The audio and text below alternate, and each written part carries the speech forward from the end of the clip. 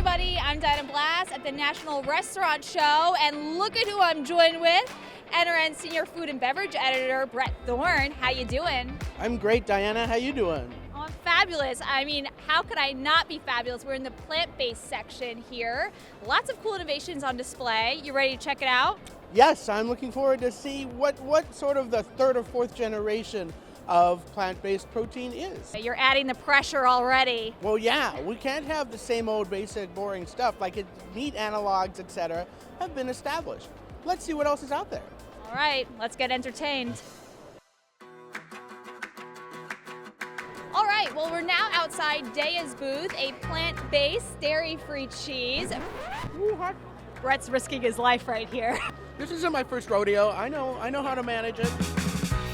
Bret, you just spoke with Greg Atman all about what this company is offering at the show. What'd you find out? Well, they've totally reformulated their product. It used to be sort of the typical oil-starch kind of combination, and now instead they're using oat cream. If you look at many competitors out there, the first ingredient that you'll see on their product deck, and this was the case for us up until recently, is a starch or an oil.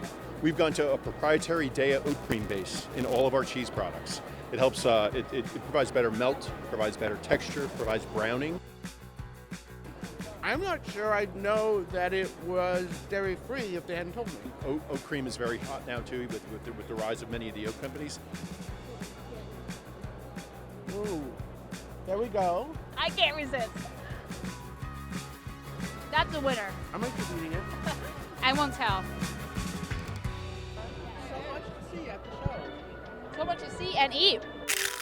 Well, this is a company that is using koji, and they develop it into things that resemble pate. Well, I'm gonna eat the salami first because I kind of have to. Two New Yorkers here judging your deli meats. I know, that's a tough crowd. It's not quite like meat, but it's kind of its own thing. We use koji as a protein source. Koji adds a very nice umami, but we use other plant-based ingredients to give the unique flavors of each of our products, including artisanal spices. All right, Bret, well, I need a caffeine kick. What about you? I pretty much always need a caffeine kick, Diana.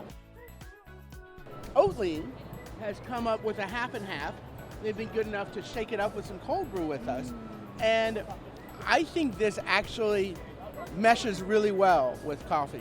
And sometimes dairy can actually be overpowering in coffee, you know? So I love this. Other companies have figured out how well oat milk can go with coffee, so that they're actually developing coffee beverages that are supposed to be made with oat milk. Starbucks has done that with its Oleato line, which also has olive oil in it, and it turns out that cold-pressed extra virgin olive oil and oat milk taste good together when mixed with coffee. All right, Bret, it's been a whirlwind and I'm full. What about you? Yeah, I could still eat because it's my job. Well, what'd you think about all the plant-based offerings? I love that a lot of these new items and these new categories lean into the fact that they're made from plants rather than trying to shy away from that. And that's a little different, right? We were talking about how when this market first really came to light a few years ago, we were so just fascinated by the idea of, ooh, you know, meat-free. And there was a lot of processed foods out there, and people became more conscientious over what they're eating. So would you say now that there's healthier options on display? Have they, you know, risen to the standards people now require of their foods? Well, we're seeing cleaner labels, and that's something that honestly isn't necessarily better for you, but a lot of people think that it is. And that's really important in the marketplace, obviously. If people think that they're eating more healthfully, they're more likely to buy your stuff. And also, you know, so much of our well-being has to do with our mindset.